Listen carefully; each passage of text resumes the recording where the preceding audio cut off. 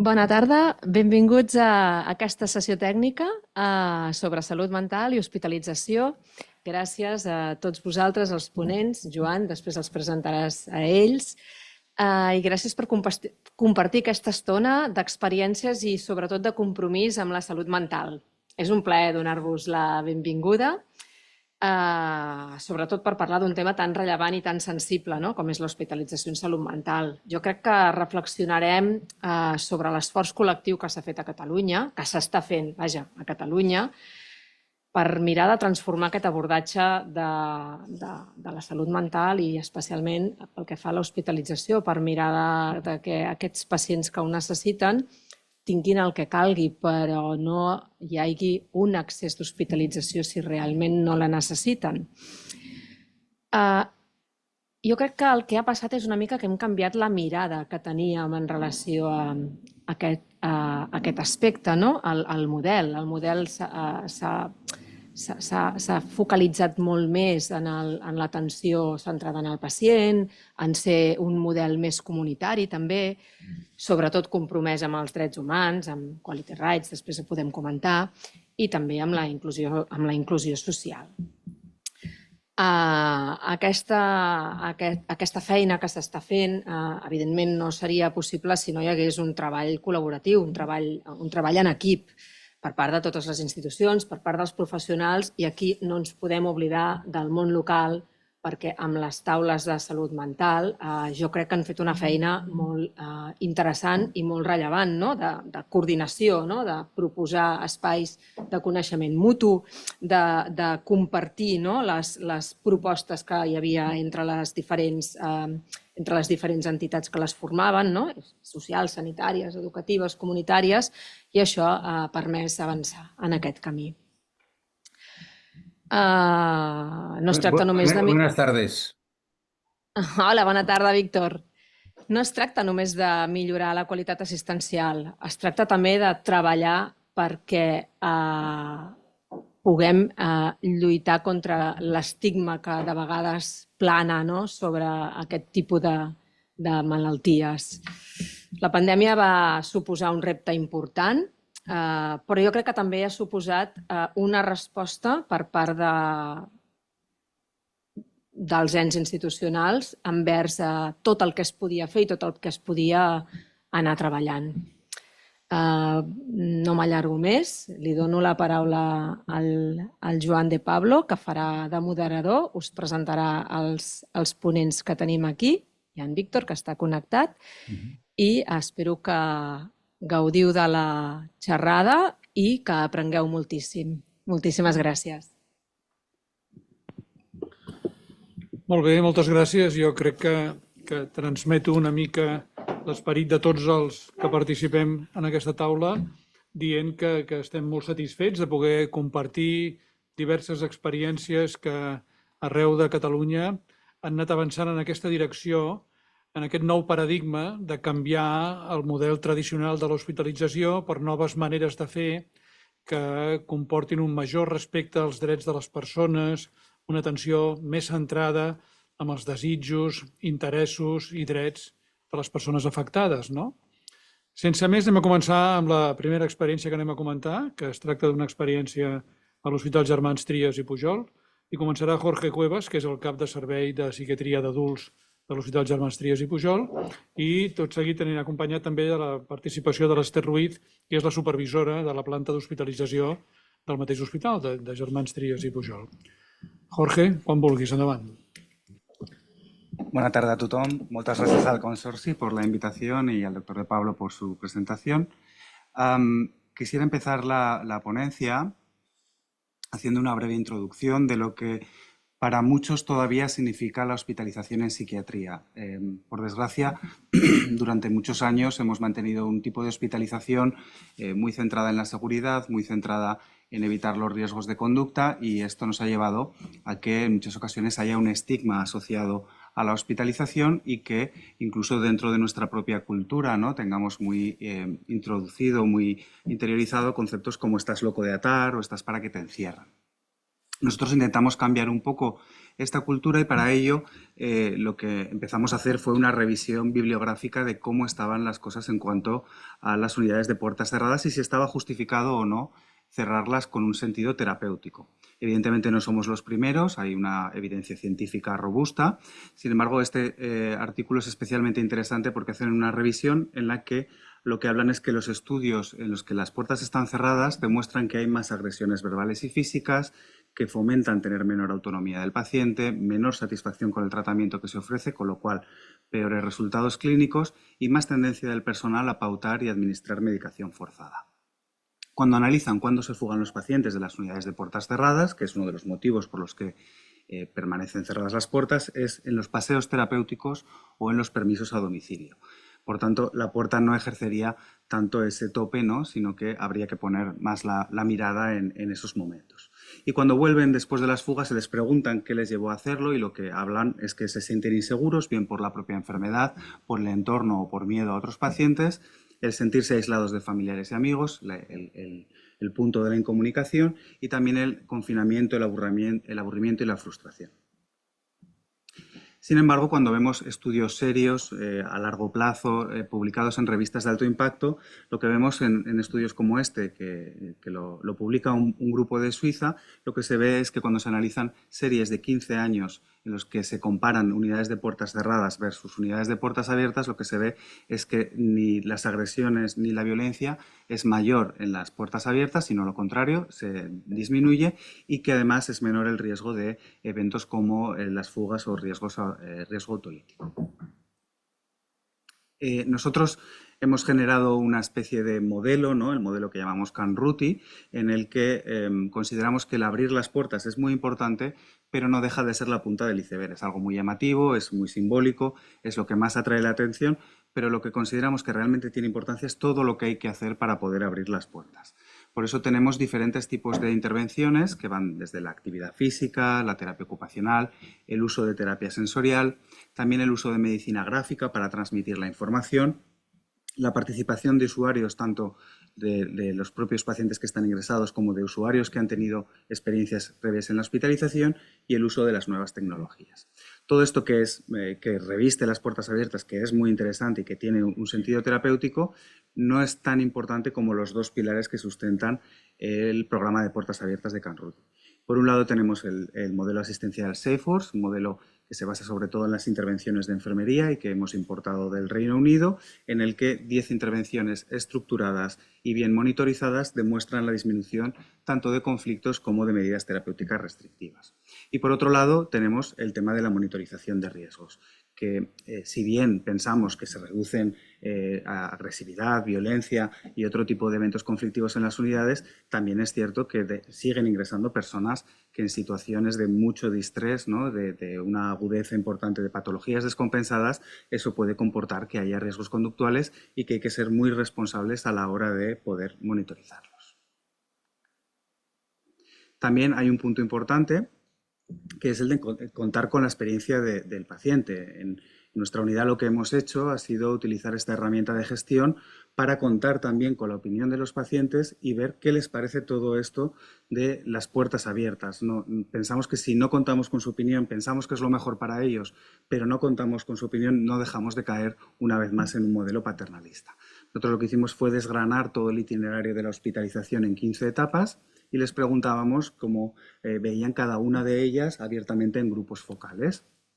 Eso fue una parte de estudio cualitativo. Hicimos también entrevistas individuales al final del ingreso que nos permitieron también graduar la experiencia de cada una de las etapas.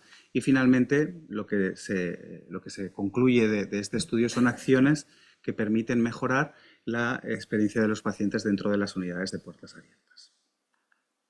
Y nos dejo con Esther para explicar la parte de monitorización de riesgos. Gracias. Para implementar nuestro modelo de puertas abiertas de una forma segura, tuvimos que establecer un control de riesgos. Esto lo hicimos a través de una herramienta que queríamos que fuese muy intuitiva, fácil de usar y sobre todo muy visual Y entonces lo que hicimos fue, en cada paciente valorábamos dos dimensiones, una que va a ser el riesgo conductual y otra que va a ser la carga asistencial de enfermería. La carga asistencial de enfermería es importante también valorarla porque si enfermería tiene que atender de forma muy intensa a un paciente porque tiene una supervisión continua o intermitente, o también hay que ayudarle en la higiene o las actividades de la vida diaria, no va a poder hacer una correcta gestión de riesgos.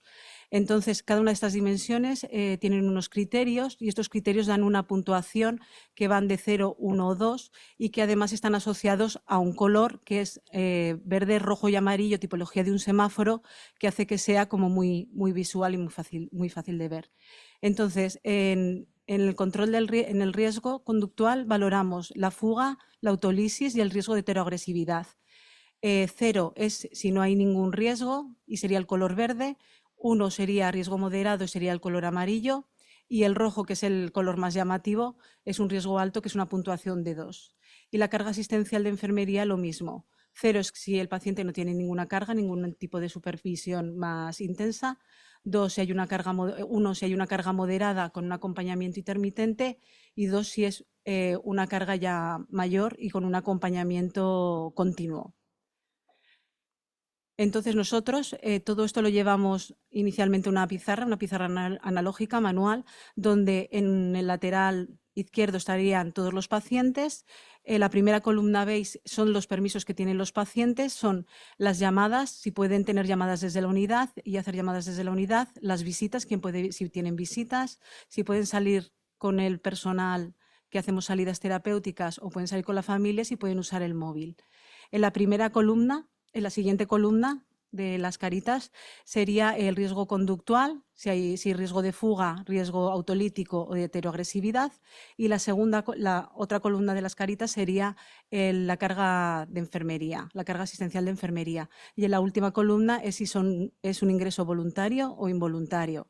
Así, de esta manera, cuando esta pantalla la tenemos en el control de enfermería, cualquier profesional que venga y vea la pantalla, trabaje en la unidad o venga a hacer alguna acción puntual en la unidad, puede ver cómo está el clima en la unidad. Quiero decir, si vemos todo rojo, pues es que no hay riesgos y hay un ambiente más tranquilo. Y si estuviese de rojos y amarillos, pues seguramente el clima será más complicado. Entonces es una herramienta muy fácil de ver. Esto nos ayuda a nosotros a prevenir, nos ayuda a hacer prevención y, asistencia en los momentos que pueden ser más complicados y a estar atentos y anticiparnos si hay algún conflicto, saber dónde tenemos que poner la mirada y dónde tenemos que hacer más supervisión. Además, como os he dicho que los colores van asociados a una puntuación según cada dimensión, a la hora de abrir puertas nosotros sumamos todas estas puntuaciones de todos los pacientes y entonces nos dan una puntuación global, que es lo que nos guía al personal si es seguro abrir puertas o no. Una vez sumadas las puntuaciones de los 20 pacientes, tanto del riesgo conductual como de la carga asistencial, si el total es menor de 31, el personal sabemos que es seguro abrir puertas. Si está entre 31 y 35, el equipo es quien valora si se pueden abrir puertas o no, si hay algún riesgo, y mayor de 35 nos guía para decir que hay mucho riesgo y que no deberíamos abrir las puertas. Aparte de la puntuación, tenemos un plan de contingencia, que hay ciertos casos en los que también se cerrarían puertas. Claro, los criterios con los que valorábamos el riesgo conductual y la carga de enfermería eran criterios que vienen desde la experiencia de los profesionales. Y a veces en las reuniones del equipo pues había discrepancias entre las puntuaciones según lo que pensaba cada miembro del equipo. Entonces decidimos hacer un estudio cualitativo para hacer unos criterios que estuviesen bien definidos, que fuesen objetivos y que pudiésemos estandarizar. Y este estudio cualitativo se hizo a través de entrevistas individuales semiestructuradas a varios profesionales del equipo de diferentes disciplinas. Luego después se hicieron grupos focales, se llevó luego los resultados a un panel de expertos y se extrajeron unos criterios objetivos. Los grupos focales se hicieron 2 sesiones de 8 participantes de 1h30 cada uno y se extrajeron 34 ítems. Entonces, como teníamos la pizarra analógica, pasamos a hacer un proyecto, una pantalla digital, que tiene el nombre de nuestra pantalla digital, es el Ruti SafeNet, y el software nos lo ha hecho una empresa de proyectos de salud innovadores que es el Qualud Digital Health Innovator. Y en colaboración con ellos pasamos de esta pantalla manual analógica que teníamos a tener esta pantalla digital. La pantalla digital que normalmente la hacemos funcionar, funciona con enfermería, es muy fácil de usar, la tenemos en el control. Y ahora os quería poner un ejemplo, a ver, de cómo funciona. A ver, es que es un vídeo. Es un vídeo, a ver si lo podemos, porque se ve.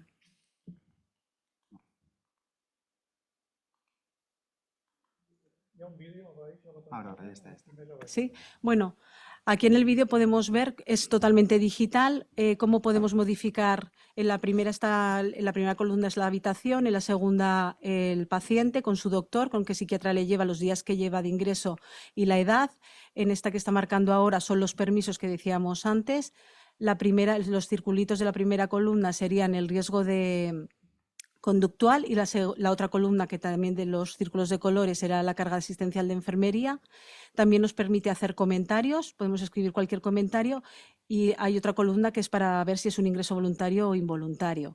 También hay un historial de registros que podemos ver las puntuaciones de la planta otras semanas o incluso comparativa con otros meses, y también podemos ver la misma puntuación, o sea, de un mismo paciente, cómo ha ido modificándose la puntuación conforme el ingreso, conforme ha ido pasando el ingreso. Arriba también, ahora aparecerá, está la puntuación total de la unidad por puntos, que es lo que nos guía, ahí pone 13 de 100, que es lo que nos guía si podemos abrir puertas, y el color de verde a rojo. Ahora podríamos abrir puertas tranquilamente. Y luego está el candado. Cuando nosotros abrimos las puertas, el candado está cerrado. Cuando las abrimos, el candado se abre y va midiendo el tiempo que están las puertas abiertas. Y cuando cerramos puertas por cualquier evento, pues entonces volvemos a cerrar el candado, pero tenemos contabilizado el tiempo que han estado las puertas abiertas.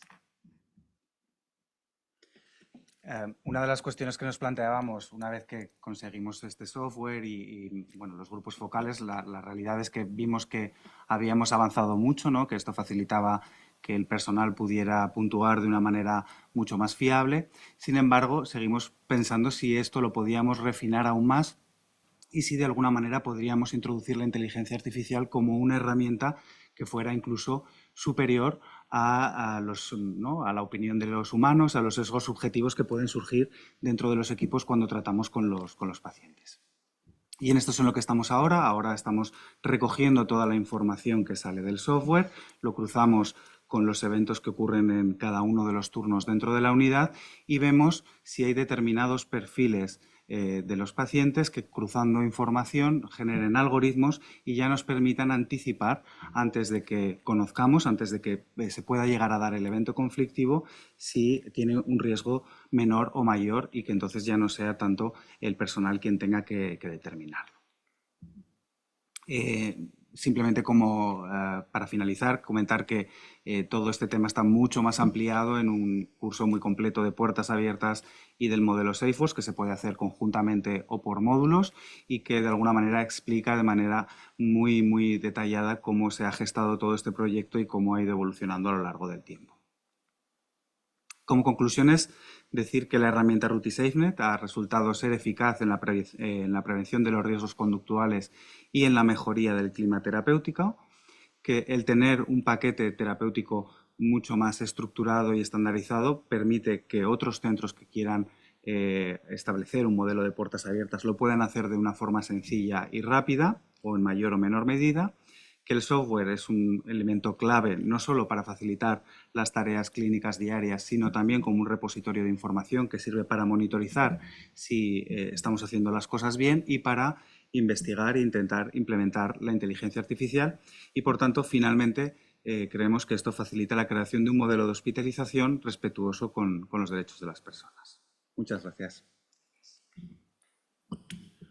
Molt bé, moltes gràcies, Esther, Jorge. Anem a la següent presentació, la següent experiència, que ens l'explicarà Víctor Pérez, que és el director de l'Institut de Salut Mental del Parc de Salut Mar i director mèdic de l'Hospital del Mar, i que ens explicarà una experiència que pensem que també té interès i que ens aportarà informació i enriquirà una mica els models diversos que tenim a Catalunya. Endavant, Víctor, cuando quieras. Gracias, Joan. Y gracias por la invitación. La verdad es que es un tema que empezamos hace ya unos cuantos años. Llevamos 5 años trabajando en concreto, una de las unidades abiertas del CAEN, y os explicaré más o menos cómo ha funcionado y qué hemos hecho. Como una de las suertes de estar en remoto es que te permiten, a ver si pasa la diapositiva. ¿Estáis viendo las diapositivas? Sí, Víctor. Vale, sí que pasa. Vale, perfecto. Una de las cosas de estar en remoto es que me permiten quitar la introducción porque Jorge lo ha hecho fantásticamente bien. Pero básicamente lo que os quería comentar antes de pasar a dar los datos que tenemos de esta unidad abierta es, bueno, ya sabéis que el CAEN es un monográfico enorme, afortunadamente ahora con muchos menos enfermos, y si no pasa nada a final de este año cerraremos 50 camas de la Mille, y en las cuales, pues básicamente, como ahí en el CAEN, con cualquier otro sitio, cuando hablabas de ¿por qué se cierran las puertas? Pues sencillamente la gente de allí te decía o decíamos, porque evitas las fugas, porque evitas suicidios, evitas agresiones, etcétera, etcétera, etcétera. Lo cual casa bastante mal con la ley que suscribió España en el 2008 y que ahora parece que estamos aplicando sobre los derechos de las personas con discapacidades. La verdad es que es difícil comparar una cosa con otra, sobre todo porque hay todo un montón de gente que está ingresado en las unidades de agudos de salud mental en nuestro país, que están de forma voluntaria, que no van a tener ningún problema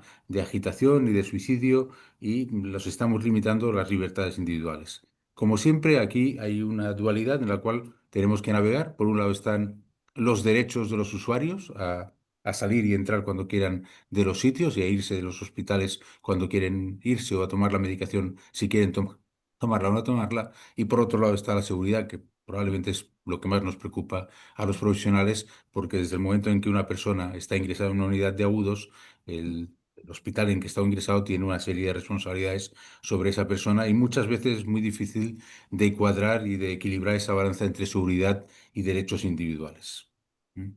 No es algo que hayamos descubierto ninguno de los que estamos aquí. Ya hace muchos años que hay diferentes revisiones, desde el 54, donde ya se hablaba de la bondad de abrir las puertas de las unidades de hospitalización.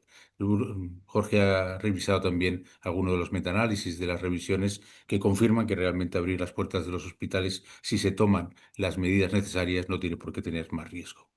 Todo esto se facilita muchísimo cuando tienes una serie de dispositivos que son amplios y en las cuales tienes diferentes salas. La verdad es que cuando en el 2018-19 nos planteábamos abrir una de las plantas de salud mental de agudos del CAEM, pues teníamos la posibilidad, esencialmente porque teníamos 3 unidades de agudos en el CAEM, patología dual y 2 de agudos. Se hizo una reforma que fue muy importante hace ya unos años, disminuyendo las unidades. Yo pienso que uno de los avances más importantes que ha habido en los últimos años es que ya no hay unidades de 50 pacientes de agudos.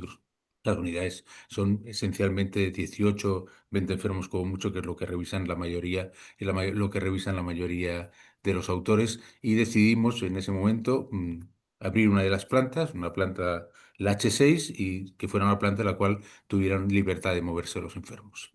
Esto pasó a raíz de un proyecto estrella de innovación del hospital en el 2018. Se hizo una revisión y se elaboró un plan funcional y una serie de alternativas que implicaban sobre todo la implicación de los usuarios y la implicación de los familiares, y en el junio del 19 se inaugura la unidad abierta. ¿Vale? Antes de eso, ¿qué es lo que nos funcionó? Pues buscar la implicación de todos los actores. Realmente tiene que estar cerrada porque siempre ha estado cerrada. Probablemente era el argumento que más costado de rebatir. Había que hacer un proyecto de transparencia y flexibilidad. Una de las cosas que a nosotros nos pareció esencial es que el personal rotara entre las unidades abierta y la unidad cerrada, y es más, los médicos, los psiquiatras que llevan a los enfermos en la psiquiatría, hay una unidad encima de otra, con lo cual los psiquiatras se movían entre plantas y los enfermos estaban controlado siempre por el mismo psiquiatra a lo largo del ingreso y tuvimos que explicar esto muy bien a familiares y a usuarios, ¿vale? Mm, qué es lo que hemos encontrado? Pues básicamente que la atención a los pacientes ya ha superado o mejorado la situación de riesgo. Es los enfermos que pueden ir al H6. Hay un flujo constante de información y de profesionales. Y lo que sí es verdad es que en la unidad abierta, lo que sí nos hemos ocupado, en la unidad cerrada también está, pero con menos intensidad, es de tener toda una serie de eh, laborterapia, procesos terapéuticos, etcétera, etcétera, que facilite que la gente pueda estar ahí o que cuando le apetezca se tenga que ir, ¿vale? La propuesta se hace por parte del equipo que lleva a los enfermos. La condición es que el enfermo esté ingresado de forma voluntaria, lo cual nos ayuda muchísimo a convertir los ingresos involuntarios a ingresos voluntarios. El 90% de los enfermos acepta pasar a ingreso voluntario y acepta firmar un compromiso. En final, la unidad es 18 camas y está abierta de 9 de la mañana a 19 de la noche con un intervalo de 2 horas para comer.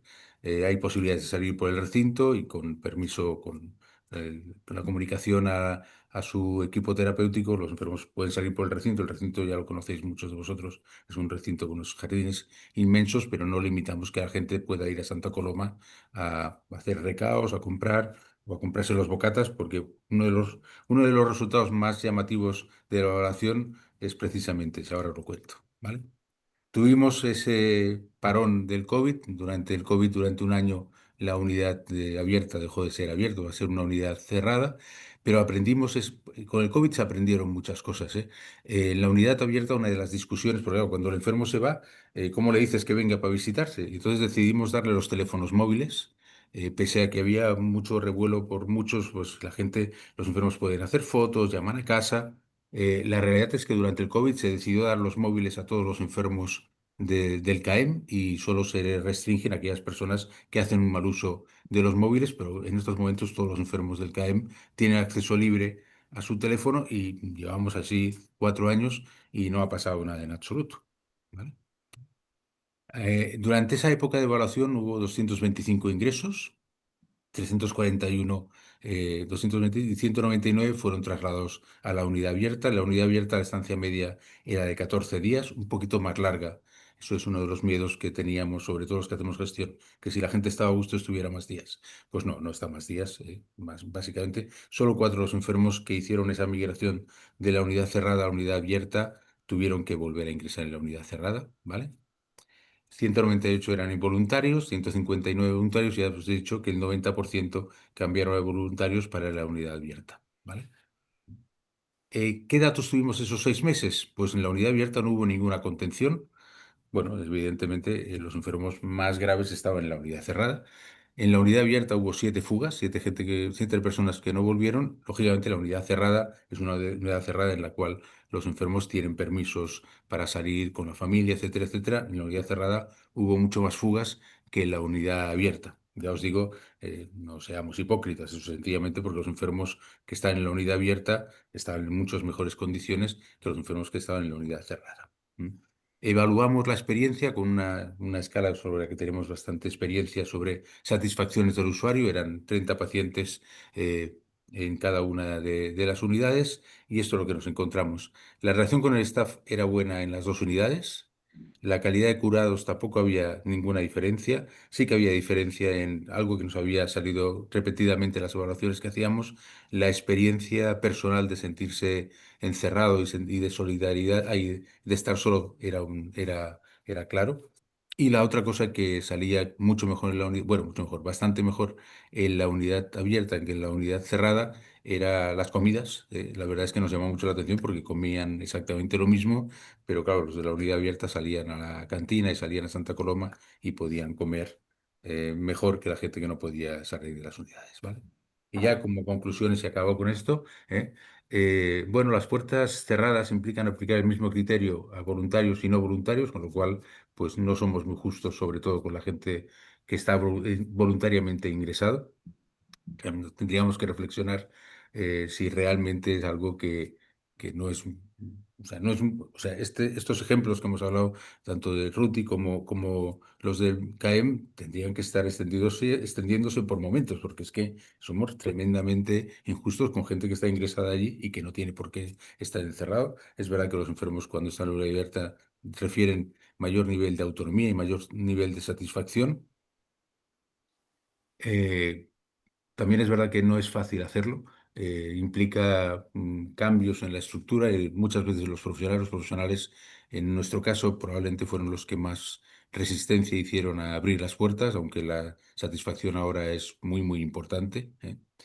Las mayores, bueno, ya os he dicho, las mayores reticencias son por los profesionales y básicamente son basadas en el tema de los riesgos que corren dejando salir a la gente, ¿vale? Es importante, por lo menos en nuestra experiencia, ser tremendamente transparentes con los profesionales y también con los usuarios y con las familias. Y 5 años después, ahora llevamos 5 años, la realidad es que en ningún momento se nos ha ocurrido cerrar la unidad abierta, sino todo lo contrario. Es verdad que las cosas no siempre las controlamos como queremos y hay momentos en los cuales pues, hay una altísima presión asistencial y no podemos mantener la unidad abierta, se cierra durante unos días y después se vuelve a abrir cuando los rojos son menos de los que deberíamos tener y la realidad es que los profesionales, vamos, en estos momentos, si cerramos esa unidad tendríamos un problema precisamente con los profesionales. ¿Eso qué quiere decir? Pues bueno, ahora estamos diseñando lo que será la unidad de salud mental de agudos en el Hospital del Mar en el 2030. Aún nos falta unos cuantos años. Había dos posibilidades. Una posibilidad era ir al edificio nuevo con una planta de 38 camas.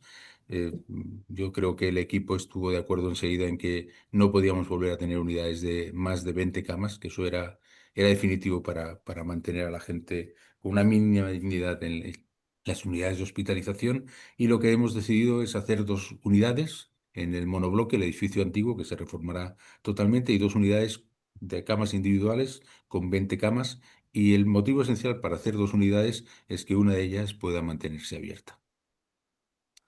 Este es un vídeo que no os voy a poner porque dura unos minutos, pero es un artista de Santa Coloma que hizo un vídeo sobre la unidad. Ahí tenéis dejo ahí la dirección por si lo queréis escuchar. Es bastante bueno, por cierto.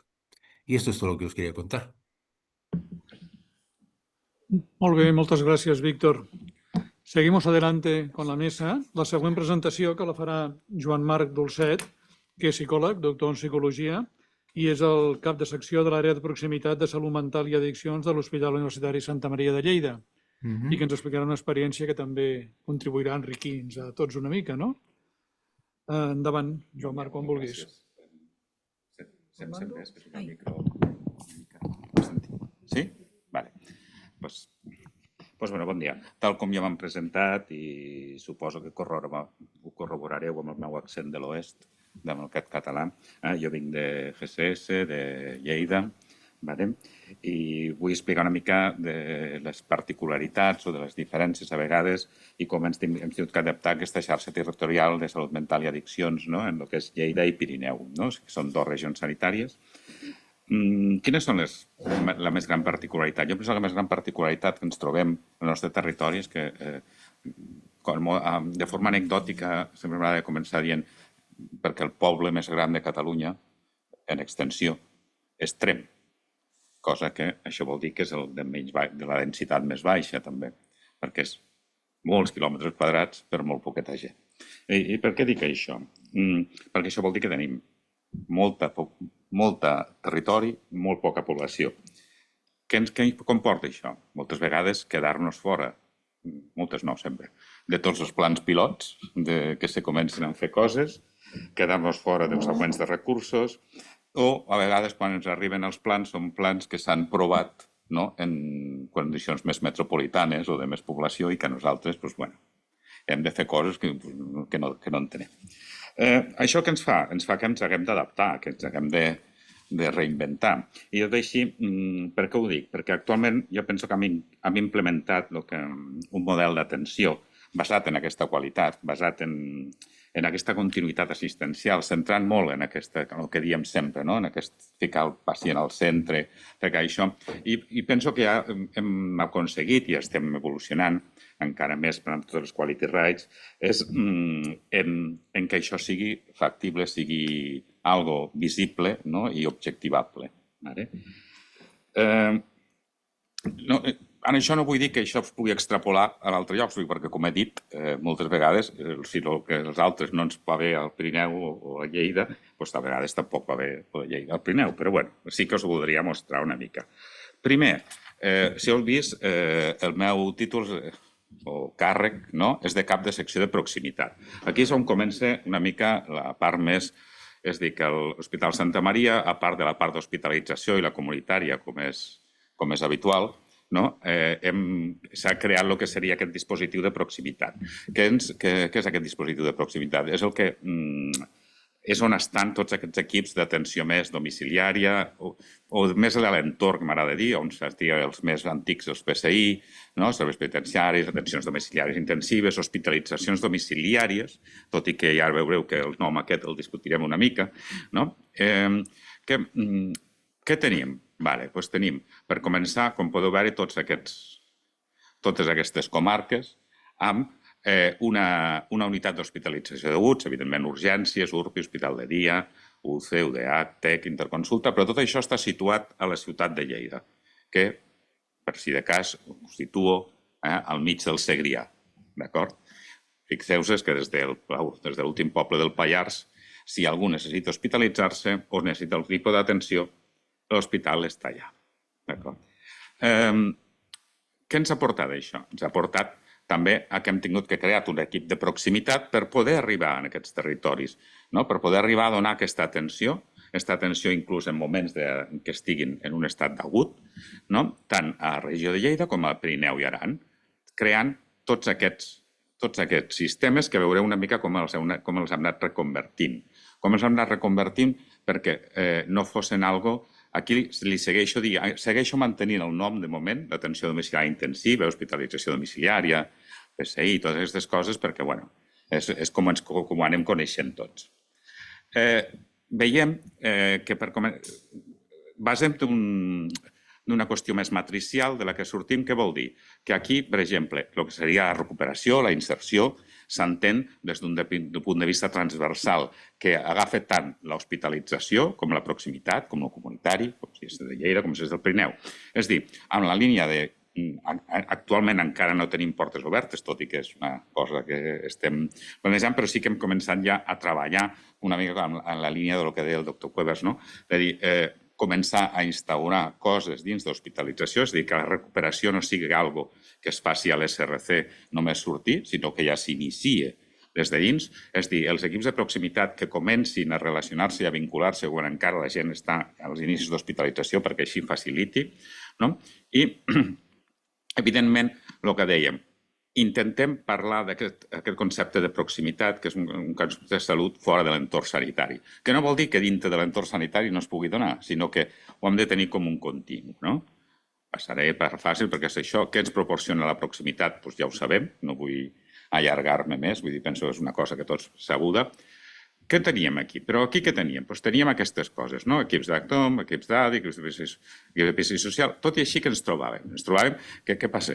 Que sempre nosaltres moltes vegades tractem pacients, estem parlant de pacients de trastorn mental sever, evidentment, i d'alta complexitat. Quina habilitat tenen aquestes persones? Tenen l'habilitat, aquí el tenim, que a la que tingui un huec contra els serveis, per allí cauen. Vull dir, sempre tenen aquesta habilitat. Se van anar creant dintre de la proximitat equips d'intervenció a domicili, no sé què, tot això, evidentment, us esteu fixant, o si no s'hi fixeu jo us ho dic, a Lleida no cap. I a més, tot hi ha un munt de noms diferents. La realitat, i tant la bibliografia com l'evidència ens diu que actualment tots fan més o menys. És a dir, el que és l'hospitalització domiciliària com a tal no es podria dir ben bé així, sinó que són més equips ADI, en el qual encara tenim el hueco molt més gran. Per tant, a on volem arribar? On volem arribar i el que hem implementat és aquest model, un model d'un pont, és a dir, un model d'un pont entre hospitalització i la comunitària on la gent pugui anar passejant. Nosaltres entenem que una persona pot tenir diferents moments i en diferents moments pot necessitar algun tipus d'hospitalització, intentarem que sigui el menys possible, però hem de crear un model, una xarxa que li doni l'atenció que necessiti en cada moment i que aquest moment, com és individual, és variable. I hem de poder donar atenció, hem de poder donar el suport que en cada moment necessita, ni més ni menys. Ni cal que estigui hospitalitzat si se li pot donar atenció en la comunitat o en casa seva, ni cal donar-li a casa seva si requereix estar hospitalitzat. Per tant, dintre d'aquesta línia, com volem fer això? Com hem fet això? Com ho ha estat? De moment, el que hem aconseguit, fixeu-vos, tots aquests puntets són poblacions als que arribem. No diré els quilòmetres que fem al mes, perquè sempre m'ho recorden des d'administració, això, quan els arriba el gasoil i la gasolina. Però és la forma d'arribar a la gent, de prevenir i de tractar només en la proximitat, sense oblidar-nos que també necessitem aguts. Actualment, tot el que tenim aguts és això. Aguts no és cada vegada amb aquesta tendència més a estar més oberts, a que la gent surti, a que es facin activitats, tot el tema de terapeuta ocupacional. Teràpia ocupacional, s'ha iniciat tot un projecte de musicoteràpia que està ajudant molt. És a dir, anant en aquesta línia, però també en la línia de la que puguin anar cap a el que se li diu hospitalització domiciliària. A mi m'agrada més dir-li el nom d'atenció aguda en l'entorn. Puguem anar fent. Coses característiques. Què tenim? Tenim la URPI també, però passaré. Anem a urgències, perquè també tenim urgències. Clar, als hospitals tenim urgències. Què passa? Que ja heu vist quin és el nostre territori. Atenem persones de qualsevol edat, és a dir, adultes, infantojuvenil, de les dues regions sanitàries. Estem parlant de persones que estan en cotxe, coneixent-se la carretera, sense agafar cap camió, i si no hi ha neu, 2 hores i quart. Clar, les urgències són 24 hores. A part d'aquest suport en l'atenció domiciliària, què hem tingut que fer? I això ho hem començat ara fa uns mesos, durant aquest 2025, el que és la telepsiquiatria o el que és la teleconsulta psiquiatria. Ho hem començat a Aran, a Tremp i a la Seu d'Urgell. Això hem començat fa relativament poc. La veritat és que estem contents. No és una atenció que substitueixi l'ingrés o substitueixi altres atencions.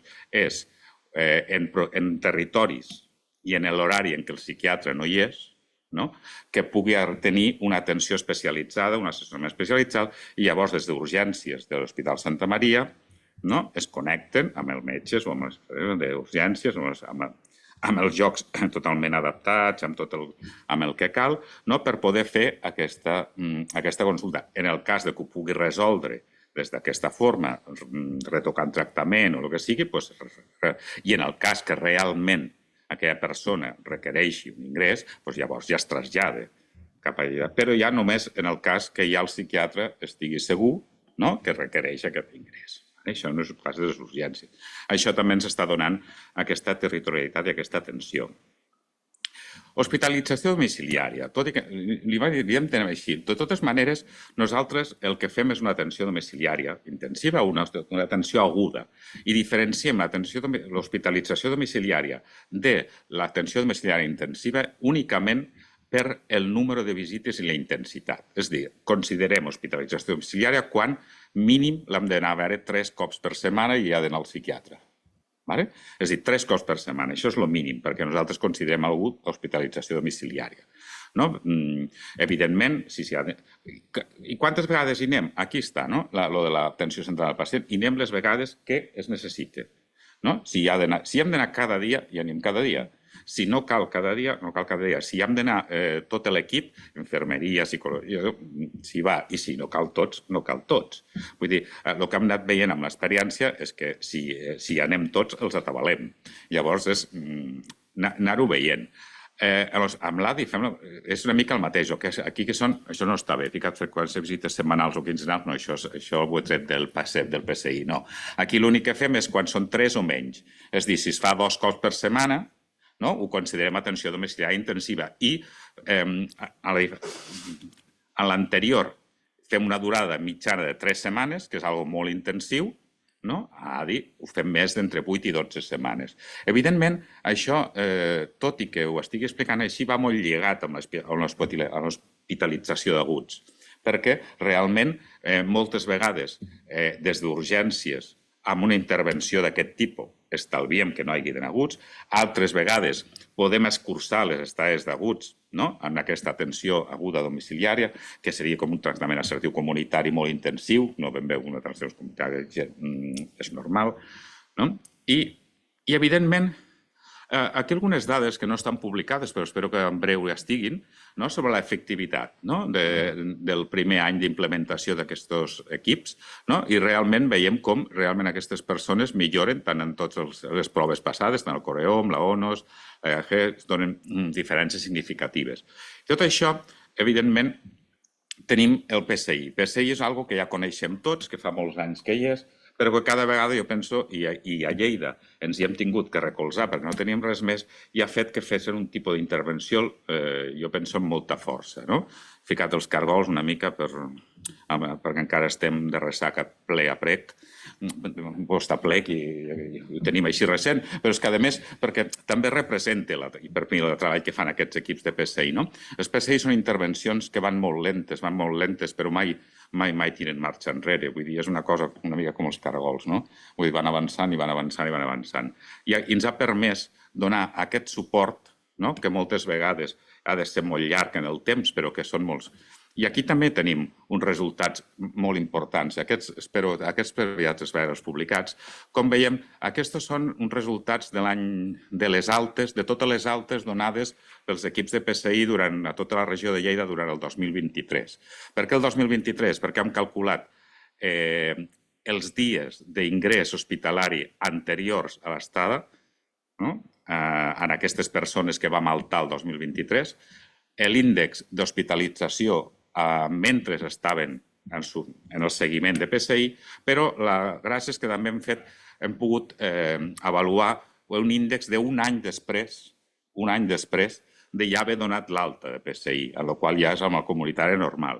I podem observar com les diferències són significatives entre l'índex 1, índex 2, índex 1 i índex 3, que vol dir pre la intervenció, durant, i sobretot com aquesta intervenció s'aguanta en el temps, inclús després d'haver donat l'alta, com podem veure la no significació entre l'índex 2 i l'índex 3. Però no m'enrotllo massa, que jo m'emociono. En la qual arriba aquí, és a dir, aquí és on volem arribar.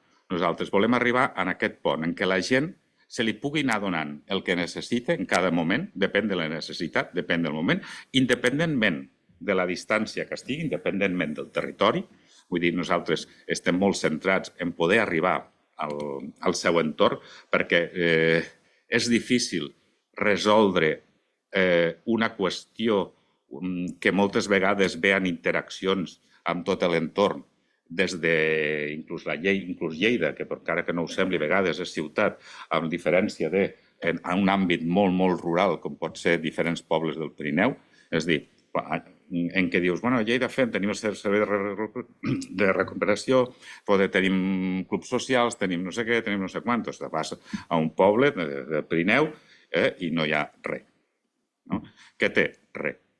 Vull dir, llavors, clar, és a dir, necessitem adaptar, necessitem arribar allí i intentar aquella rehabilitació, aquesta recuperació, intentar-la in situ, perquè no podem inventar el que convingui, no? Bueno, aquí tenim una mica, i una cosa important que molts nens a vegades és, això és parts dels equips, psiquiatre, tal, és això. Necessitem això. Necessitem això. Diu, home, és que tenir cotxe és car. I això, com a gestor diré que no. I menys actualment. És a dir, si no tinc cotxe, quants psiquiatres necessito? uns quants per cada pacient, tant en el nostre lloc, si tenim cotxe, psiquiatres en tenim, no. Vaja, si algú n'hi sobra uns quants, que ens ho digui. Vull dir, perquè ja els contractaríem, però no en tenim. Per tant, en un cotxe, aquell mateix professional pot atendre en el nostre entorn molt més persones, al qual això acaba sent, inclús acaba sent barat. Per tant, nosaltres tenim aquesta mobilitat per poder arribar als llocs, tant els equips de PSI com de proximitat i tal. Això fa només un parell d'anys que ho hem implementat. Ho hem implementat perquè estem convençuts, perquè hi creiem i perquè encara que no ens donguin els recursos, perquè això d'ADHD nosaltres no en tenim, és a dir, des de CatSalut no ho tenim i com que fa anys que ens ho tenim congelat, al final hem decidit fer-ho igual i algun dia ens ho concediran. Però realment és important, perquè creiem que és la forma d'arribar a això que dèiem abans d'aquest pont i que poguessin anar així. No m'allargo més, deixo aquí una foto també una mica campestre dels equips de proximitat i ja moltes gràcies per la seva atenció a tots.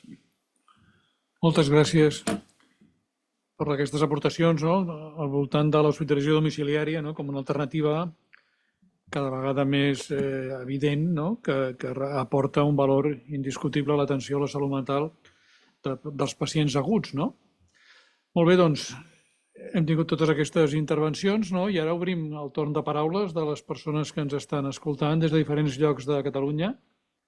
Puguin fer els comentaris o preguntes que creguin interessants. Tenim preguntes?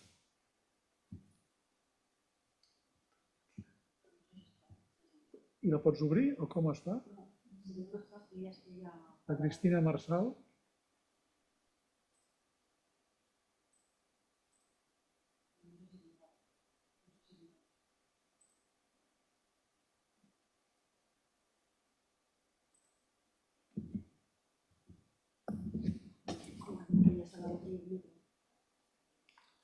Será mejor hacerlo por el chat, ¿no?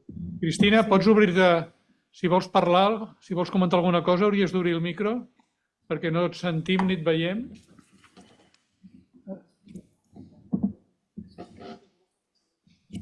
Igual és una matxacada per error. Mentrestant, Víctor, potser tu ens podries fer algun comentari també sobre experiències d'atenció domiciliària que també aporten en el territori més urbà, més metropolità, que no té aquestes dificultats quilomètriques que teniu vosaltres, però que també pensem que aporta un valor important, no? Sí. Una que te diré, yo también pienso que tener un coche es imprescindible. La verdad es que si no hay que pagar taxi y eso, las direcciones de los centros se ponen muy nerviosos cuando pasas esas facturas, con lo cual lo del coche es imprescindible. No está en el contrato con el CatSalut, pero es imprescindible. Y sí que es verdad que nosotros llevamos, me parece que desde el 16, haciendo la atención domiciliaria en lo que es Barcelona Litoral. Y ocurre un poco lo que os decía antes, ¿no? Aunque solo sea por la satisfacción que tienen los profesionales de poder tratar a los enfermos en casa, dices, bueno, es el dispositivo estrella. Yo tengo regularmente muchas vacantes y me cuesta cubrir las plazas del centro de salud mental, pero no me cuesta cubrir nada las plazas de hospitalización domiciliaria. Pero no solo es eso, cuando lo hemos evaluado en varios trabajos, ha habido un par de tesis sobre ese tema, con los de San Pau que también lo han hecho. La realidad es que la satisfacción de las familias o los usuarios es altísima, pero altísima. Solo tengo un pero y no tengo la respuesta y lo podíamos discutir aquí. Y es que donde se han puesto camas de hospitalización domiciliaria no ha disminuido la presión en los servicios de agudos.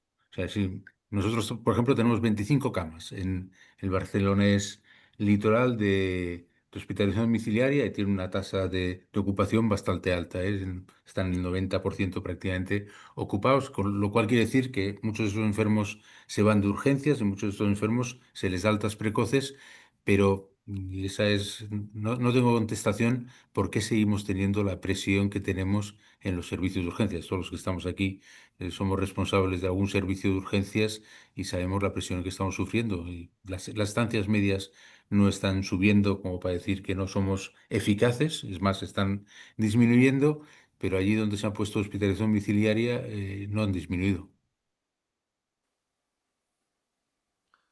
No hi ha dubte que l'augment de la demanda en els dispositius d'urgències ha estat gran i creixent, no? En percentatges acumulats any rere any, i l'hospitalització domiciliària ha representat una forma d'ajudar a pal·liar aquest problema. Sí. Però el problema segueix allà, és a dir, segueix havent-hi un augment de la demanda en tots els àmbits, no? Segurament també en l'àmbit de Lleida, no? Sí, a veure, jo estic d'acord, vull dir, a nivell d'aguts, si parlem de nivell d'aguts, no ha disminuït, totalment d'acord. També a Lleida tenim els 36 llits d'aguts per totes les dues regions sanitàries, vull dir que és difícil que notem això, però si girem una mica, i tot i que a tots ens acaba marcant una mica això, la pressió, tal, però si mirem una mica la visió i el que sí que ha canviat és aquesta visió que té el pacient, no? Vull dir, d'aquesta necessitat, d'aquest suport que té en moments de descompensació. I jo diré més, hi ha una part important, que és el que no tenim encara mesurat, però espero que puguem mesurar, que és també amb la línia que parlàveu també vosaltres, és dir, el que penso és que aquesta atenció domiciliària, aquesta atenció en l'entorn, també pot variar el fet de la voluntarietat de l'ingrés i, per tant, de la duració d'aquest ingrés. És dir, tenim una sèrie de pacients, una sèrie de trastorns que són molt greus i que ja sabem, ojalà no fos així, però que en molts casos, de tant en quant, necessitaran alguna temporada d'ingrés. No? Però és molt diferent si a través d'aquest vincle, d'aquesta qüestió més a l'entorn, no? És algo molt més, diguem-li, negociat, no? Amb la mateixa persona, i és la persona que diu, pues sí, mira, ostres, estar-me una setmaneta, 10 dies, m'anirà bé per regular això altre. Per tant, és dir, veurem que, clar, a nivell de números seguirà sent el mateix, és dir, seran ingressos hospitalaris, a nivell qualitatiu i a nivell de vivència de la persona no crec que sigui el mateix. No? I és en tota aquesta línia. Per tant, jo penso que difícilment veurem que l'hospitalització domiciliària, i segueixo parlant d'hospitalització domiciliària, tot i que no té res a veure, perquè, clar, una hospitalització és 24/7, matí, tarda, nit, i l'hospitalària, la domiciliària en salut mental, no ens enganyem, no és això ni cal, penso, ni crec que calgui. És, sinó, una atenció intensiva de tot el servei i tot el seu entorn. Això repercutirà en aguts? Doncs potser no. En subaguts? Aquí potser és on hauríem de veure què. Potser és més probable que repercuteixi en el que abans eren ingressos llargs, de mitja estada, que no passen els ingressos aguts, a nivell numèric, a nivell purament quantitatiu. Però tots són opinions, vull dir, és una qüestió, vull dir, que no crec que variï massa en aquest sentit, és dir, varien les dificultats, varien com ho hem de fer, però entre un entorn rural i un de més metropolità no crec tampoc que hagi excessives diferències. El otro tema, Juan, y lo conocemos todos, es el problema de equidad que hay en estos momentos. Hay zonas de Cataluña que tienen hospitalización domiciliaria y zonas que no lo tienen. A mí, Claro. vamos, dentro de lo que es la opinión del plan director, soy presidente del Consejo Asesor, somos conscientes que es una prioridad corregir esta situación. O sea, no podemos seguir teniendo con media Cataluña sin hospitalización domiciliaria, porque no es justo, sobre todo para los pacientes de esa media Catalunya, ¿sabes? No, nosaltres, no, totalment d'acord. Vull dir, nosaltres ho hem tingut que tirar endavant sense que ho tinguéssim recorregut perquè la necessitat és i el pas. És dir, no tenim d'això, però el pacient sí que el tenim. Llavors, vull dir, en algun moment hem de donar aquesta... i seria injust no poder-li donar. Llavors, per sort, des de gerència, des de direcció, ens han autoritzat a tirar-ho endavant, encara que no tinguem el finançament, i bueno, ho podem anar fent i creiem que podrem anar creixent. Gràcies. Tenemos palabras pedidas, me parece. Tenim paraules? Com les podem donar?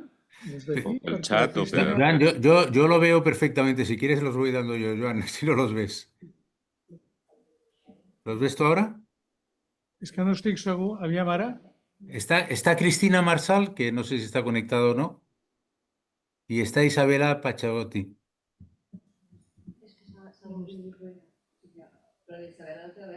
Sí. Isabela, volies dir alguna cosa? tenemos algún problema ahí. Isabela, si tienes alguna pregunta y no puedes abrir la cámara, ¿por qué no la pones en el chat? Y lo mismo Cristina.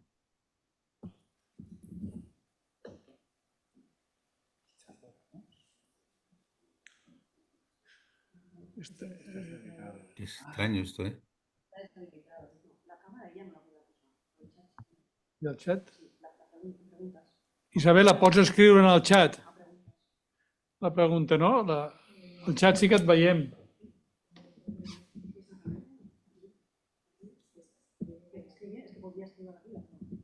Sí, per això. Isabela, pots escriure en el xat si vols.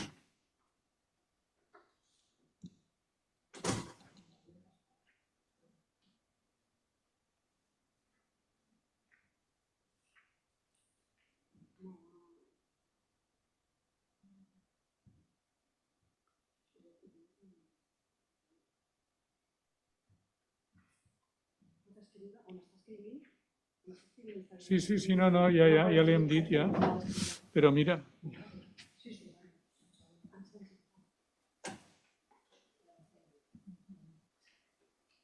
Me ha mandado un mensaje Isabela y me dice que está inhabilitado el chat. Algo le pasa.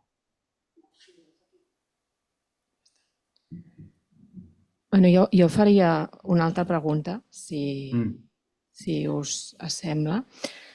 Amb aquesta mirada, no, de posar el pacient al centre, de visió comunitària, de mantenir per sobre de tot els drets del pacient, jo no em dedico a la salut mental, vagi per davant. El pacient que necessita una atenció urgent, hi ha centres on la urgència està diferenciada, l'atenció urgent pel pacient psiquiàtric està diferenciada de l'atenció urgent del pacient que necessita qualsevol altra, que té qualsevol altra necessitat. Llavors, evidentment, exceptuant en el cas que el pacient tingui risc per la seva integritat física, que això, evidentment, jo crec que tothom ja entén, que ha de ser una atenció diferenciada, vosaltres què en penseu? Què diríeu? Com diríeu que s'ha de fer això? Perquè jo quan sentia totes les vostres experiències i realment dèiem, ostres, és que ha de ser un hospital obert, el pacient ha de tenir la voluntat, la capacitat de prendre la decisió de com vol que fem les coses. Amb aquesta mirada, si el posem al centre, també em fa venir al cap que el fet de diferenciar els dos tipus d'urgències em grinyolaria una mica. Potser estic equivocada, però... I una altra cosa que també va una mica relacionat amb això, quan tenim un pacient amb un problema de... va per la mateixa línia, tenim un pacient amb un problema de salut mental, però que potser el motiu d'ingrés no és el mateix problema de salut mental, o diguéssim que podia ser tangencial, ingressa per qualsevol altra patologia, jo soc molt conscient que a vegades als hospitals hi ha com reticències d'ingressar aquest pacient amb un altre ingrés, amb un altre servei, i això en el fons no deixa de ser una estigmatització per aquest tipus de pacients. Això, com ho hem de treballar, com ho hem de resoldre? Què en penseu de tot això? Bueno, pues no te dedicas a salud mental, pero como si lo hicieras, porque son dos preguntas muy pertinentes. Con respecto a la primera, yo te diría que las urgencias es precisamente un área en la que tenemos que trabajar, porque creo que nos hemos centrado mucho más en la seguridad, porque también son lugares donde ocurren más cosas, ¿no? Pero es cierto que hay mucho margen de mejoría en cuanto a las intervenciones que se pueden hacer en urgencias, en cuanto a las restricciones que hay que establecer, en cuanto a si se pueden hacer intervenciones grupales, acompañamientos familiares, cambios arquitectónicos, ¿no? Que permitan tener unas urgencias mucho más humanizadas y mucho más adaptadas a las necesidades de los pacientes, sobre todo porque a veces hay pacientes que pasan días en las urgencias y las condiciones muchas veces pues no son las óptimas, ¿no? Entonces yo creo que aquí hay un área a trabajar muy, muy importante y que quizás desde la salud mental hemos dejado un poquito más apartada en pro de la seguridad precisamente porque pasan muchas cosas. Respondiendo a tu pregunta, tienen que estar separadas pero al lado. Es decir, cuando se tienen las urgencias dentro de las zonas generales, esto genera mucha distorsión y muchos problemas, ¿no? Porque en cuanto surge una alteración de conducta no hay personal formado o puede haber molestias a otros pacientes, ¿no? Que no estén en una estructura adecuada y, por tanto, sí que es bueno que las unidades de salud mental de urgencias estén separadas, pero siempre anexas a las zonas generales. De hecho, por ejemplo, en Estados Unidos han tenido durante mucho tiempo muchos problemas porque cuando tienen muchos pacientes que llegan a las zonas de urgencias generales, al final no los pueden mantener ahí y lo que hacen es ingresarlos. Muchas veces son ingresos innecesarios, son costes asociados, ¿no? Etcétera, etcétera. Y lo que demuestran es que teniendo zonas de urgencias anexas a las zonas generales, funciona, ¿vale? Esto por un lado. Y la segunda pregunta es también muy pertinente. De hecho, nosotros en nuestro hospital, desde atención al usuario, una vez llegaron a decirnos que la mayor parte de las reclamaciones que existían de plantas médicas era de pacientes que habían sentido que su trato había sido diferencial por tener un antecedente de salud mental, fuera el que fuera. O sea, no estamos hablando de esquizofrenia o no, con un trastorno depresivo, un trastorno de ansiedad, ya condicionaba de alguna manera el trato que le dispensaba el personal, ¿no? Nosotros, por ejemplo, hemos puesto en marcha este mismo año un comité antiestigma conscientes de que hay un trabajo muy importante que hacer porque es verdad que muchas veces cuando hay una patología de salud mental, aunque no esté descompensada o esté levemente descompensada, ya hay reticencias, ¿no? Ya sea de los profesionales, de los gestores, de las direcciones, y creo que aquí hay un trabajo muy importante que hacer dentro de esta línea, ¿no? Esta corriente ideológica que hay, ¿no? De salir del armario, por decirlo de alguna manera, y destapar todas esas condicionantes que hay alrededor de la salud mental. Sí, yo simplemente por confirmar, hay asociaciones en nuestro país que hacen cursos específicos para el sistema sanitario, porque una de las quejas principales de estos enfermos, tenga la patología mental que tengan, se sienten discriminados simplemente por decir que tienen una enfermedad mental, ¿no? Entonces eso es tremendo. Y lo que decía Jorge, bueno, es que es así. Nosotros con Canruti hicimos la transformación. En su momento las urgencias estaban en el CAEM. El modelo de urgencias de salud mental en nuestro país es que las urgencias estén dentro del servicio de urgencias, pero el modelo también es que ese servicio de urgencias de psiquiatría tenga una separación y además tenga personal específico, porque lo que realmente modifica el trato que reciben estos enfermos es que la enfermería sea experta en salud mental y que esté dedicada a esos enfermos, que es verdad que muchas veces son muy, muy injustos y pasan horas allí, muchas más horas de las que sería recomendable, pero el paso definitivo, al margen de que haya un psiquiatra que por definición pues lo va a ver, es que haya personal especializado en este tipo de patología. En las urgencias generales los enfermos están desubicados y no hay personal específico para ello, ¿no? Isabela me ha pasado la pregunta. Si queréis os la leo, y le contestamos, ¿vale? Molt bé. La pregunta de Isabela, aprovechamos, ya que no funciona el chat, aprovechamos por si hay alguien más del público que tiene alguno de nuestros teléfonos que nos los mande. Mi pregunta es si es posible hacer esto en una unidad como la del Clinic, donde Isabela trabaja, en la que claramente hay pacientes graves y pacientes menos graves. Y si sería necesario sí o sí una unidad aparte, abierta. Yo doy mi primera versión. Lo ideal sería que hubiera unidades donde estén, probablemente la mayoría de los enfermos que tenemos en las unidades de agudos podrían estar en una unidad abierta si aprendemos a manejarlo, y probablemente la unidad cerrada tendría que ser más pequeña. La estructura es la que te tiene que permitir hacer eso o no.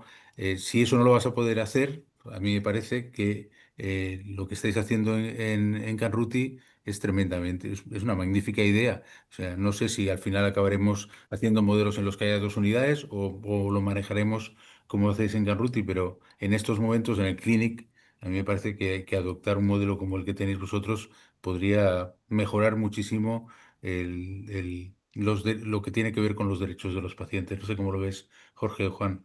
Sí, sí, completamente de acuerdo, Víctor. Yo creo que la unidad de hospitalización del Clinic yo entiendo que es muy similar a la nuestra y que los perfiles de los pacientes son similares también, y que desde luego hay que tener bueno, pues aspectos relacionados con la involuntariedad más presentes, ¿no? Con las alteraciones de conducta que puedan surgir. Hay que tener planes de contingencia, hay que hacer buenas formaciones y hay que prevenir muy bien los riesgos conductuales que puedan surgir. Yo creo que con buena formación, buenos sistemas, con implicación del personal, también con la dotación adecuada de personal.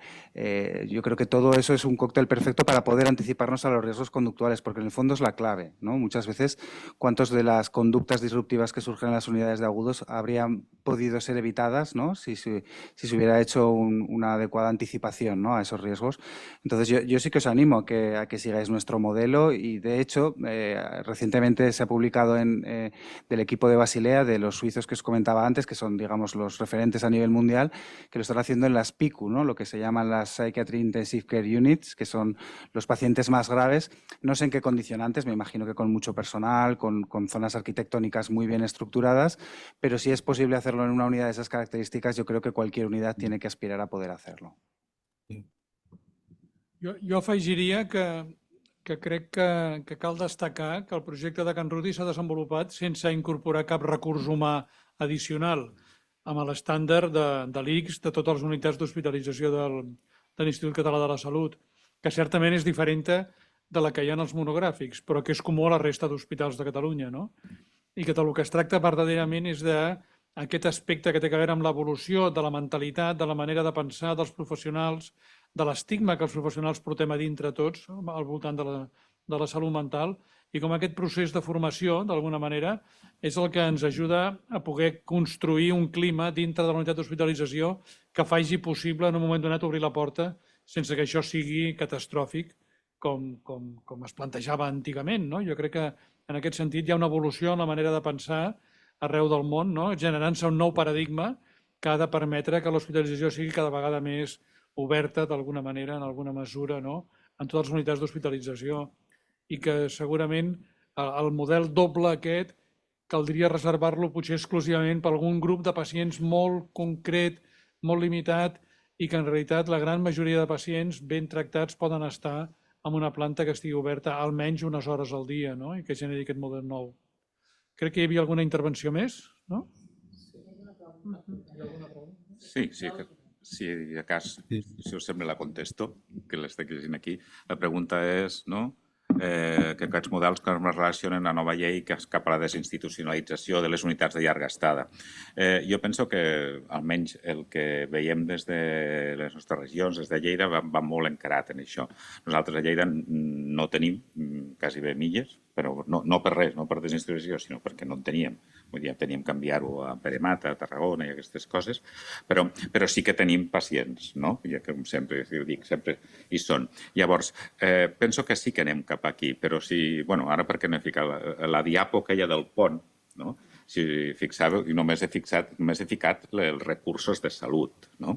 I si us fixat, allí que havia un hueco molt gran. Avui no m'he entrat en aquestes, però justament penso que per poder anar cap a aquesta desinstitucionalització, en aquest model, aquell hueco l'hem d'omplir amb tots els recursos de drets socials, tercer sector, associació de familiars, i justament tots coordinats i tot que és cap a lo que podrem donar aquesta atenció, no?, que ens permetrà aquesta desinstitucionalització, no?, d'algunes persones, perquè no podem negar que aquesta estabilització clínica va de la mà d'una estabilització psicosocial.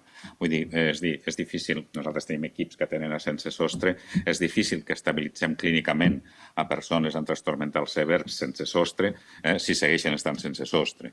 Vull dir, clar, per molts injectables que els hi fiquem sota el pont, segueixen estant sota el pont, no? Per tant, en molts casos, evidentment he ficat un exemple que m'he anat a l'extrem sense ganes de caricaturitzar, sinó més aviat de veure realitats. Llavors, penso que sí, que aquests models estan totalment relacionats, que per aconseguir la desinstitucionalització realment hem d'anar cap a aquests models, penso cap a aquests models de proximitat, i no només de proximitat de salut, sinó proximitat en dret social, proximitat en laboral i proximitat en tots, i de forma totalment permeable entre nosaltres, ¿no? Merci.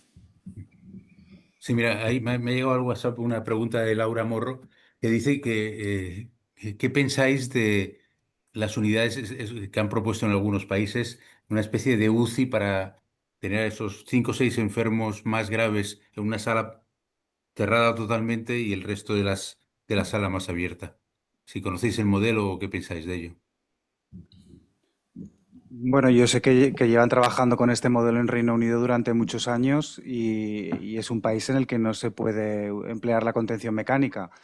Entiendo que no lo he visto in situ, pero sí que parece que el tener un pool de pacientes durante una estancia muy breve en una zona muy bien estructurada y controlada puede facilitar que rápidamente puedan pasar a otras zonas, ¿no? Y con más confianza, ¿no? Con más convicción de que puede funcionar y que puede ser un proceso más rápido. Pero yo no tengo suficiente evidencia como para afirmar o desmentir que sea un buen modelo. De fet, Isabel, aprovecho para deciros que Isabela os felicita por el modelo de Canruti, que ha ido a verlo y lo está estudiando.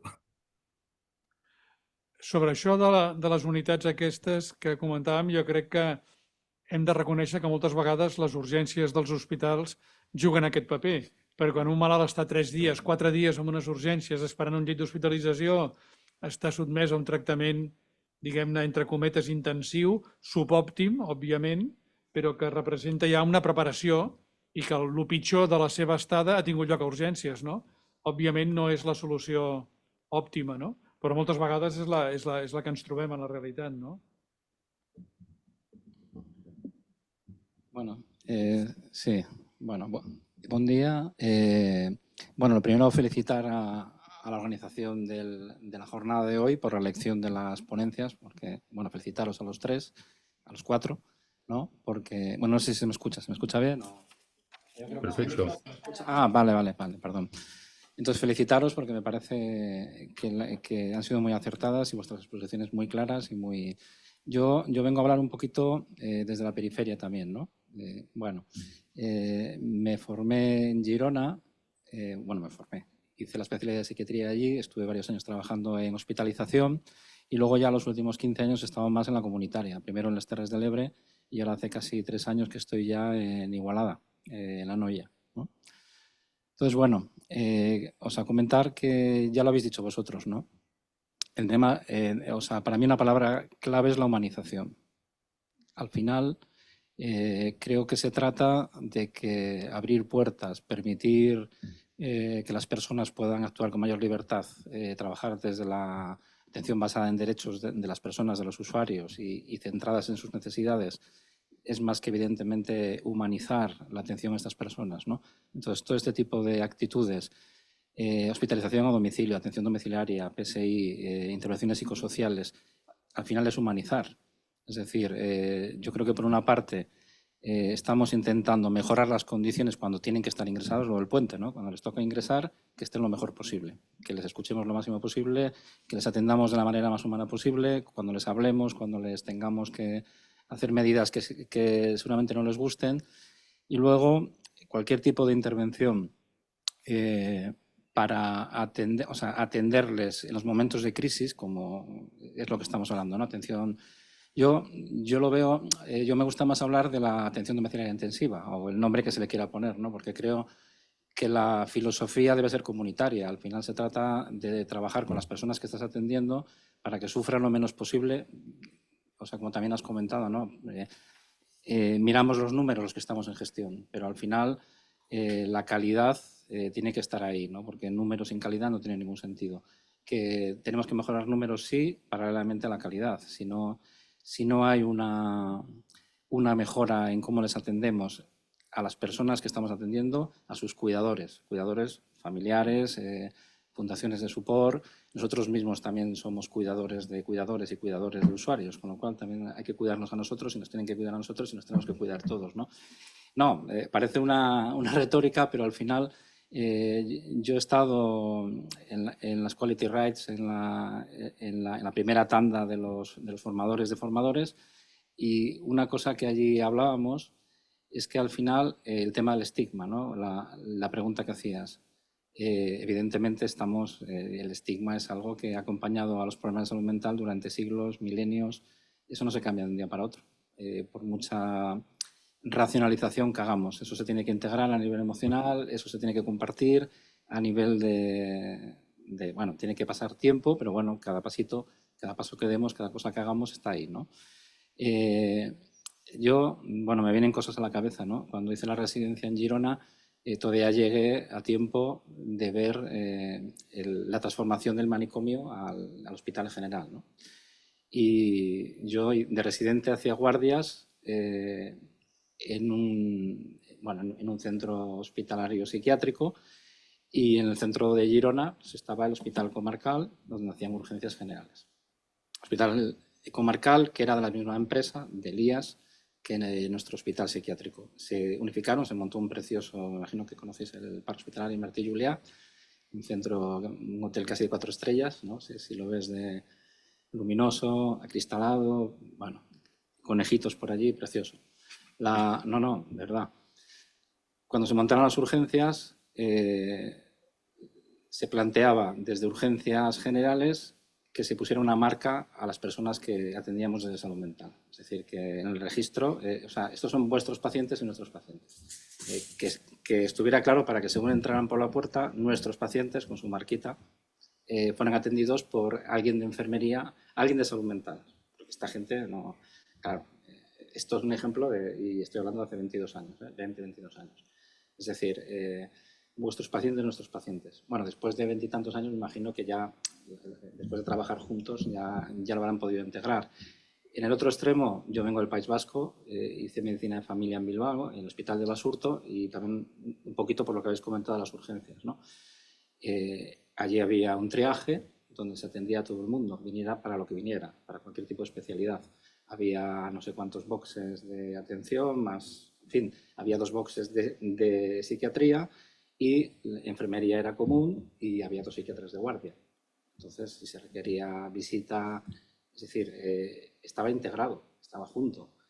Había 2 boxes, evidentemente, de psiquiatría, había otros 15 boxes para otras especialidades. Estaba integrado, creo que es hacia donde tenemos que ir. Es decir, las personas, cualquiera de nosotros puede tener cualquier tipo de problemática en cualquier momento, y no somos psicóticos, ni bipolares, ni somos personas que tenemos hipertensión, diabetes mellitus y un trastorno bipolar. Entonces, creo que incluso desde los profesionales tenemos también que ir dándole vueltas a esto, ¿no? Humanizarnos y continuar humanizando, ¿no? Y no sé, 1000 cosas más que me vienen a la cabeza, però creo que ja he dicho bastante. Molt bé, moltes gràcies. Tenim alguna intervenció més? No? Alguna pregunta?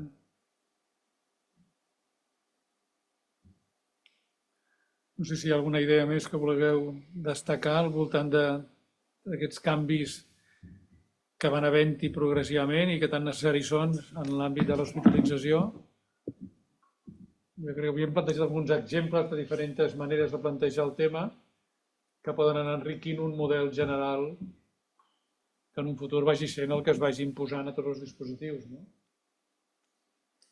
No, només volia fer un darrer comentari en relació a la paraula estigma que ha sortit en diverses ocasions, perquè evidentment acompanya molt a la salut mental, i que crec que, com en tantes altres coses, la lluita antiestigma passa per la formació, perquè fins i tot nosaltres mateixos, que estem formats, que estem preparats, que aquí hi ha psiquiatres, psicòlegs, metges que són d'altres especialitats, de vegades estigmatitzem perquè no som conscients que ho estem fent, i per tant això només es pot resoldre amb la formació. Si algú t'explica, t'ensenya què has de fer, què no has de fer, com ho has de fer, és la primera llavor per continuar treballant en el camí correcte. Voy a comentar una cosa breve, por favor. Que se me ha olvidado decirlo antes, ¿no? Una de las cosas interesantes que pudimos sacar de esta formación era que, bueno, está previsto que todos los profesionales de salud mental hagan la formación en Quality Rights. Hay bastante interés, ¿no?, del plan director y bueno, estamos ahí. Una de las propuestas que se hizo es intentar que este tipo de formaciones, este tipo de información se traslade también a los usuarios, a las primeras personas y a los cuidadores, a los familiares, a las fundaciones, porque nos parecía interesante, porque a lo largo de la formación se fue viendo que al final la atención, o sea, los derechos de los usuarios están muy bien, pero también están los derechos de los profesionales y cómo a veces chocamos, ¿no? vimos cómo a veces son los propios cuidadores o familiares los que nos empujan a sobrepasar los derechos de los propios usuarios, ¿no? Con su mejor intención quizás, pero a veces cuando te animan a forzar un ingreso involuntario sin ver al paciente, sin conocerlo, incluso las fundaciones, ¿no? Con todo el cariño para sus buenas acciones y su buena voluntad. Pero que sería importante que los derechos de los usuarios y la atención basada en derechos y los usuarios de todos como profesionales y como personas fueran trabajados por todos los estamentos, porque si no, al final solamente nosotros nos tenemos que preparar y formar para la atención en derechos de los usuarios, ¿no? Bueno, que fue una reflexión que yo creo que está rondando por ahí en diferentes ámbitos. Sí, yo también quería hacer una pequeña, bueno, más que una reflexión o una anécdota. Nosotros montamos desde el plan director un grupo de humanización en salud mental, donde convocamos familiares, usuarios, profesionales, sin duda, y público en general.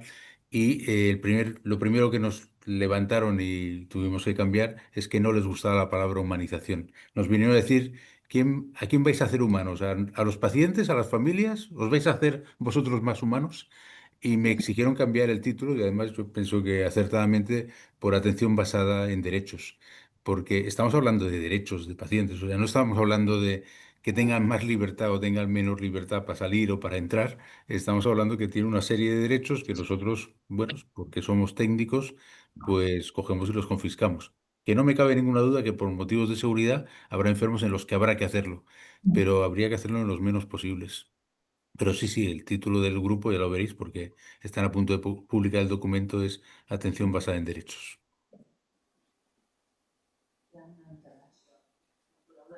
Sí, hi ha una intervenció escrita que planteja un tema rellevant, no?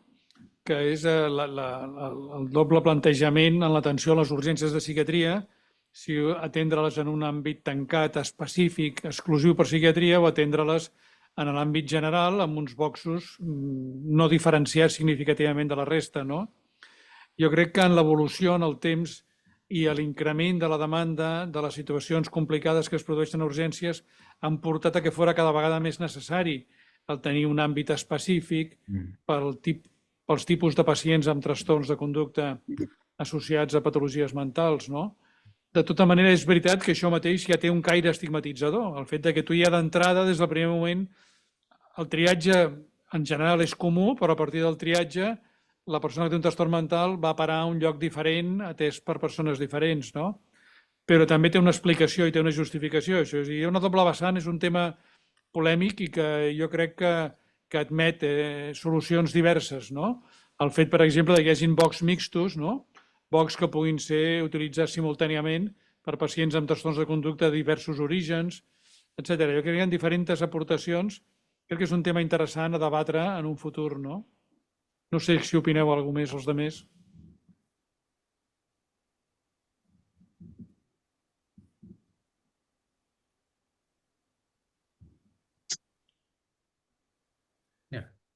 No hi ha cap més pregunta, doncs?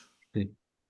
Joan, te tengo que reconocer que me cuesta pensar en una unidad de urgencias de psiquiatría con la gravedad que tienen los enfermos, muchos de ellos con intoxicaciones y trastornos de conducta, que sea abierta. Igual que pienso que hay que intentar abrir todo lo que se pueda, en urgencias veo más los riesgos que los beneficios, sinceramente, ¿eh? Otra cosa muy diferente es lo que dices tú, que la gente se está 2 días en urgencias y tendría que estar unas horas y después ir a otros sitios más amables, ¿no? Sí, jo també penso això, encara que també hem de reconèixer que tu i jo ens vam criar en unitats d'urgències que estava tothom barrejat, no? Sí, sí. I vam sobreviure. Però és veritat que pensem que eren condicions adverses i que, d'altra banda, també la demanda ha anat augmentant progressivament, cada vegada més, fent-se que veritablement, segurament, són necessaris àmbits específics, però segurament dissenyats d'una manera específica per atendre problemes de salut mental, no? Ahí tienes razón.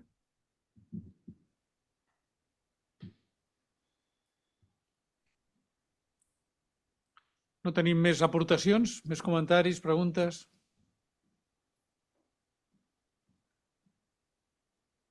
doncs potser que donem per acabada, no?, la taula aquesta, que penso que ha sigut força interessant, que ha portat punts de vista, idees, experiències i que ens ha enriquit una mica a tots. Moltes gràcies a tots per estar aquí, per participar i per escoltar-nos. Bona tarda. Bona tarda. Gràcies. Adéu.